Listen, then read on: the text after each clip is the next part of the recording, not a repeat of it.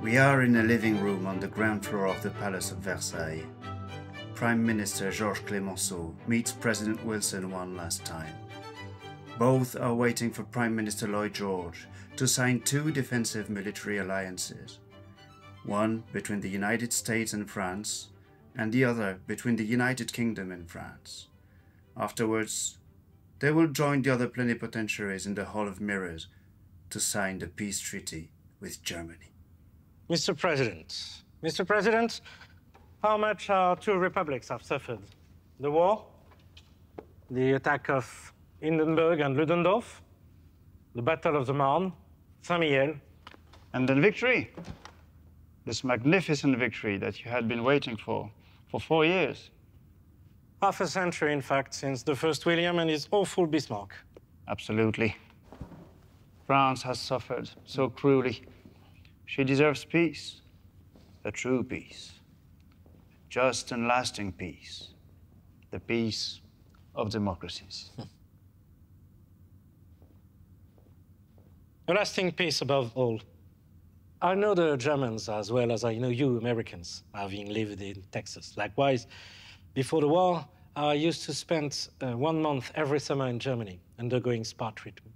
And also, my own sister is married to an Austrian in Vienna. Germans have the most refined culture, but it is a culture based on brutal conquest, which, according to them, should rule the world. They will not give up their dreams of domination or revenge. Germany will sign the treaty in a few minutes, but they will not want to execute it. They will raise difficulties on one point and then on another, and if we don't have the means to impose our will, everything will fall apart. This evening, you will take the boats back from Le Havre. You will join your people who sacrifice themselves for us, but have other very legitimate concerns. Everybody has his own way of looking at things. So please, don't forget France. She is and will remain your most devoted associate. That's why I wanted our treaty to differ from other post-war settlements.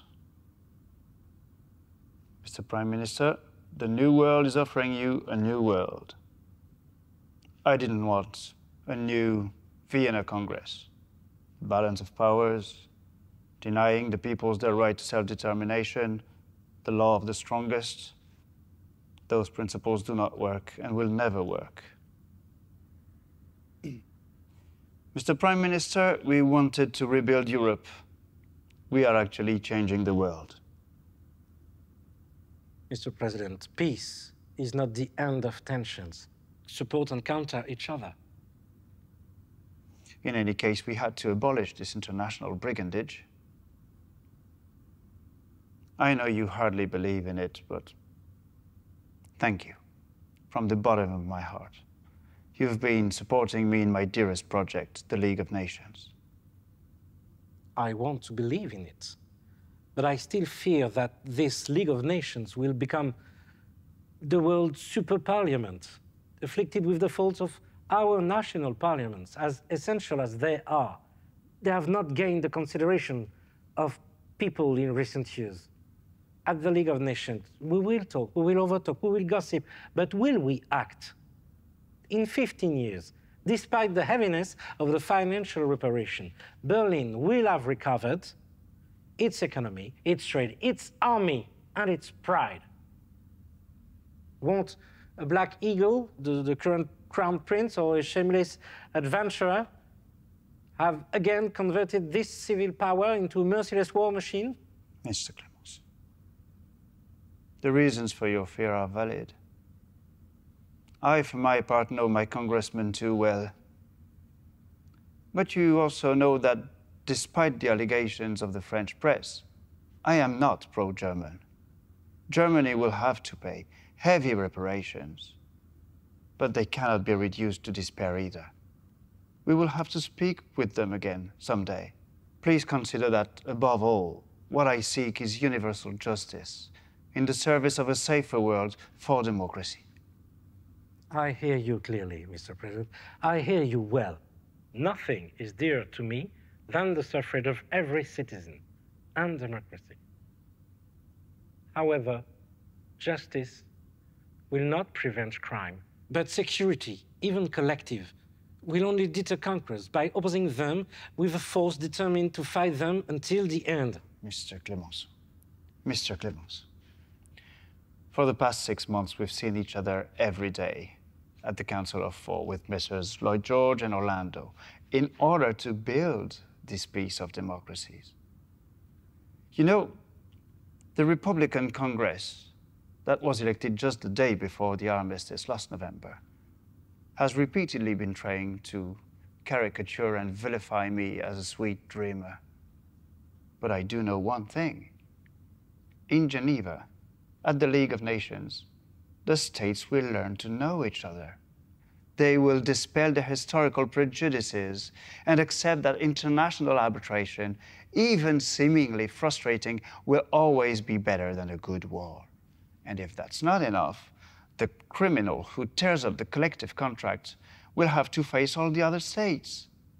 For war against one will be war against all. And America will always stand by the side of the attacked nation. France first. Trust me, we are changing the rules of the global game. Mr. President, I do trust you.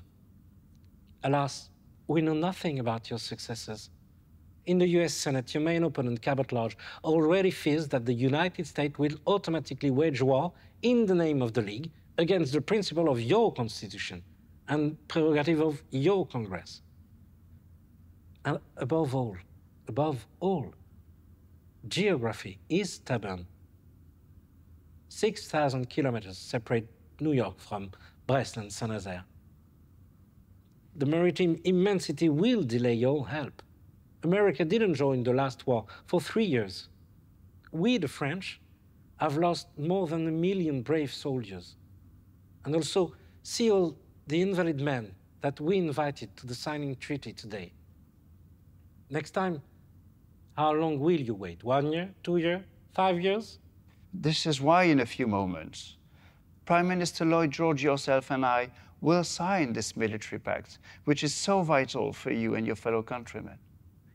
And if in 10 years, or even 20 years, Germany, or even who knows, Bolshevik Russia threaten you, they will know that if they challenge you, they will also challenge the United States.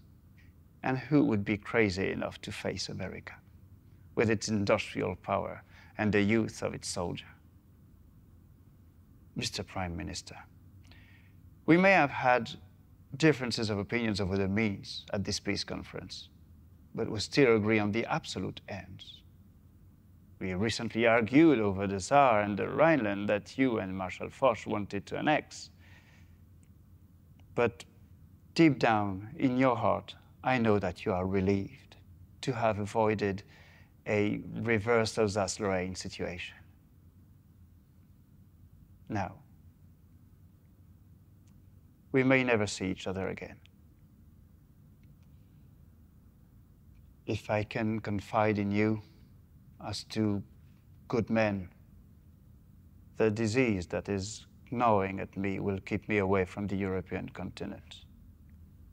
And it is also true that my people did not appreciate seeing their president leave them for so long to negotiate with you since January. Now, here is the main thing. The United States didn't ask for new territory. The watchword for this Treaty of Versailles is the freedom of nations against conquest by force. And the United States demand peace for ourselves as for others, because we know that democracy and free trade unite people rather than warlike rivalries. Now, please, Mr. Prime Minister, let us complete this new world order, inaugurated by the philosophy of the Enlightenment. Washington, Lafayette, our Atlantic revolutions. Shall we? It is time. Prime Minister Lloyd George should have arrived. You know, there is no victory that doesn't contain passages of defeat. And there are no defeats without repercussion of possible victories to prepare for. But let us try. Let us give this Atlantic Alliance every chance. Mr. President Wilson, my friend. Mr. Prime Minister Clemenceau, my great friend.